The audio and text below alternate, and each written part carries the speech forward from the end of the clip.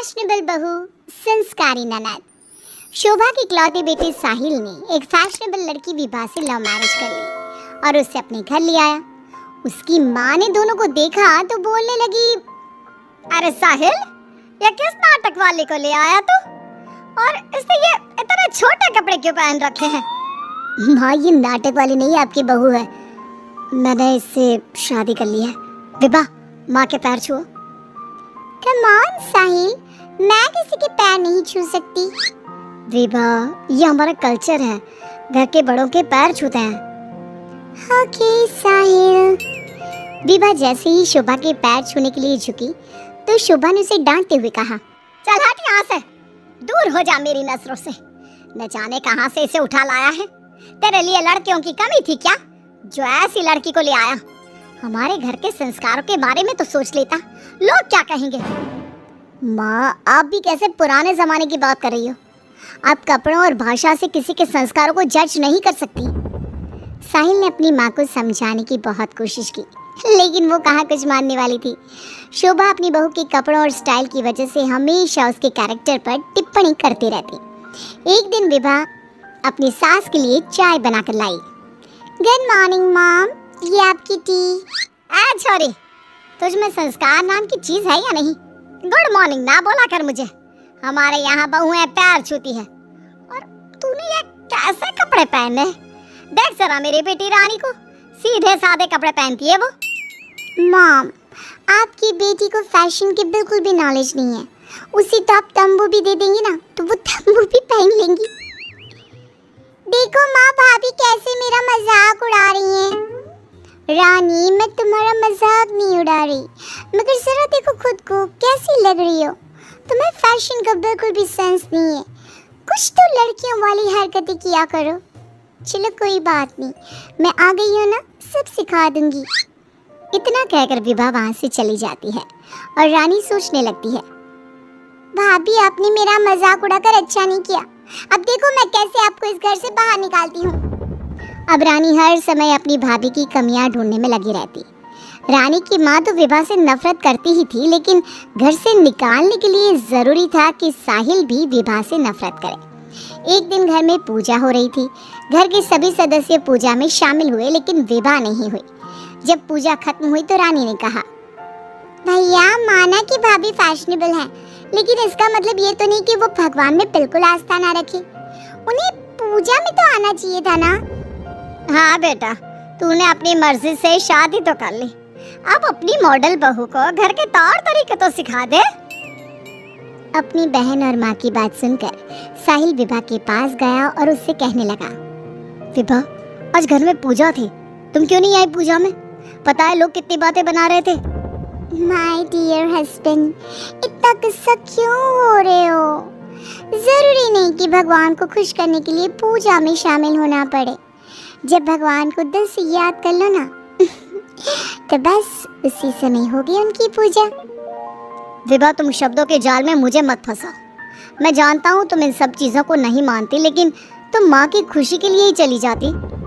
Come on darling, तुम तो छोटी सी बात को खींच रहे हो। मुझे पूजा में जाने से कोई प्रॉब्लम नहीं थी। मुझे किसी ने बताया ही नहीं पूजा के बारे में। अगर माया रानी बता देती तो मैं चली जाती। इसी तरह दोनों में काफी देर तक बहस चलती रही। अब विभा की ननद और सास किसी न किसी बात पर दोनों का झगड़ा करवाती रहती। जो भी शोभा के घर आता तो वो उसके सामने अपनी बेटी और बहू की तुलना करती। एक दिन उनके घर पर उनकी पड़ोसन आई। शोभा बहन, कैसी हो? कहाँ है आपकी फिरंगी बहू? अरे घूम रही होगी आधे कपड़े पहनकर कहीं। जब से आई है जीना हराम कर दिया है। शोभा बहन, वैसे जो भी हो, आपके बेटे साहिल ने ऐसी लड़के से शादी करके सही नहीं किया। आपके घर में सब कितने संस्कारी हैं। आपने अपनी खुद की बेटी की कितनी अच्छी परवरिश की है, और आपकी बहू, उसके तो पूरे मोहल्ले में चर्चे हैं। हाँ बहन, बात तो सही कह रही हो। एक मेरी बहू है जिसे ना बात करने का तरीका आता है, ना कपड़े पहनने की तमीज़ है, और एक मेरी बेटी है, संस्कारी, सुंदर, सुशील, सर्वगुण संपन्न है मेरी बेटी। आप तो जल्द से जल्द बस अपनी बेटी की शादी करने के बारे में सोचो। कहीं ऐसा ना हो कि आपकी बहू के चक्कर में आपकी बेटी से कोई शादी ही ना करे। पड़ोसन की बात शोभा के दिमाग में बैठ जाती है और वो रानी के लिए रिश्ता ढूंढना शुरू कर देती है। एक दिन शोभा की तबीयत अचानक खराब हो जाती है। माँ, क्या हो गया है आपको? आप दिन भर अपने कमरे में लेटी क्यों रहती हो? अरे पता नहीं बेटी क्या हो गया है, कई दिन हो गए बुखार आ रहा है। माँ, आपको डॉक्टर के पास जाना चाहिए, ऐसे तो आपकी हेल्थ खराब होती जाएगी। ओ अंग्रेजन, अपनी अंग्रेजी अपने पास रख। माँ किसी डॉक्टर के पास नहीं जाएगी। मैं अभी माँ को काढ़ा बना कर देती हूँ, माँ बिल्कुल ठीक हो जाएंगी। लेकिन रानी, डॉक्टर ब्लड टेस्ट करके बता देगा कि मॉम का फीवर क्यों नहीं उतर रहा।